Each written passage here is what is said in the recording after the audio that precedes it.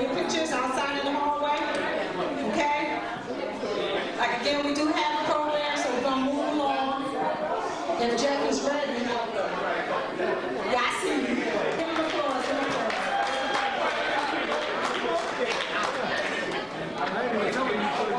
Roses are red.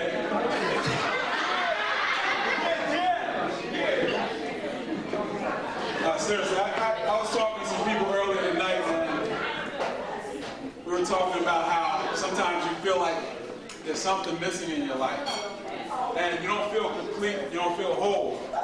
And I was feeling that way about 4 or 5 months ago, and this poem came to mind. It's just these 2 words, something's missing. Just felt like I just felt incomplete, and I wrote this. I just can't understand why I'm frequently missing and sabotaging my master plan. Love has grown cold, satisfaction's never felt. Frequently I hunger, but in secret I eat like something's missing. Searching for something or someone to fulfill my undying need, never satisfying my emotion or my eternal greed. I look to my left and I steal a hidden stare. I feel to my right that I'm getting an evil glare. I'm being judged by paranoia, persecuted by greed, sanctioned by my ego, and tortured by my physical needs. Withdrawing to clear my head to search for what to me seems dead, retracting back to the way I was originally fed. I grab my bottle and drink until I'm emotionally dead.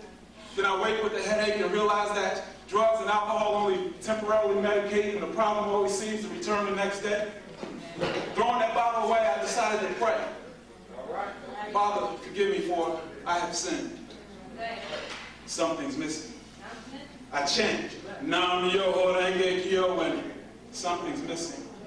I meditate and something's missing. I tried yoga, Tai Chi, even L. Ron Hubbard, Scientology, and something was definitely missing.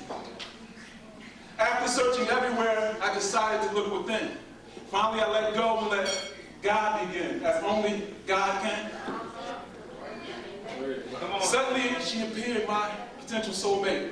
Somehow she looked different. She wasn't quite like any of the other 1,000 potential soulmates I had meant to date.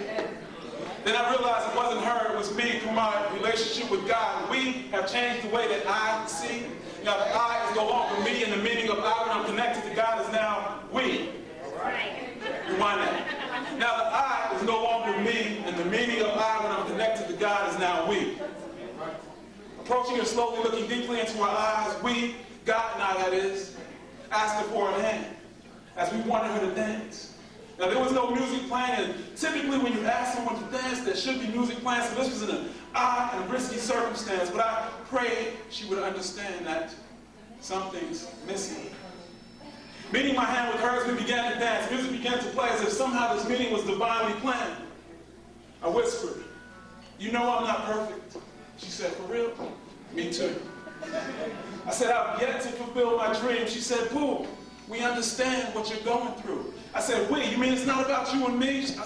She said, "Of course not, silly. Without God, you and me will fail miserably." Come on now. I said, "I still have physical desires, but to that I'm willing to come clean. I'm searching for the one, and I'm hoping that you're the one to become my queen. Can we walk hand in hand, make long-term life plans, sail along the Nile, get lost in each other's smiles? Contemplate the meaning of life, explore the true value of being husband and wife. Give to those who are in need, nurture the young who will someday lead." After all that was said, she squinted her eyes and slightly tilted her head, and she moved to the side one of her braided dreads. And she whispered in the softest, most caring voice, "Young king, I don't even know your name, but I understand your heartfelt pain.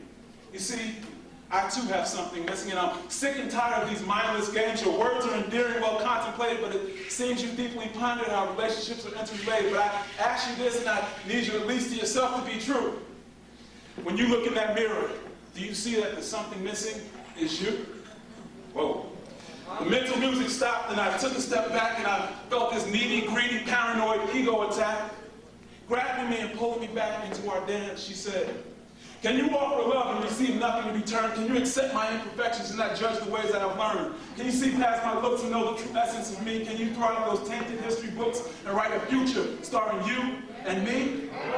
Can you leave the baggage at the front door? can you be half the man that I've been searching for? Can you allow me to be me and all that I desire to be and not compare me to that so-called perfect Wonder Woman you secretly seek? Can you trust and love unconditionally? Can you live a life virtually ego-free, understanding that paranoid is not the way to be? Can you, I stopped her and said, say no more. I fell to my knees and said, you are the one I've been searching for. I would like you forever to be in my life. I don't know you, but I think in you I found my wife. I noticed that she withdrew from the dance. She began looking at the back of her bare left hand. She looked up and said, something's missing.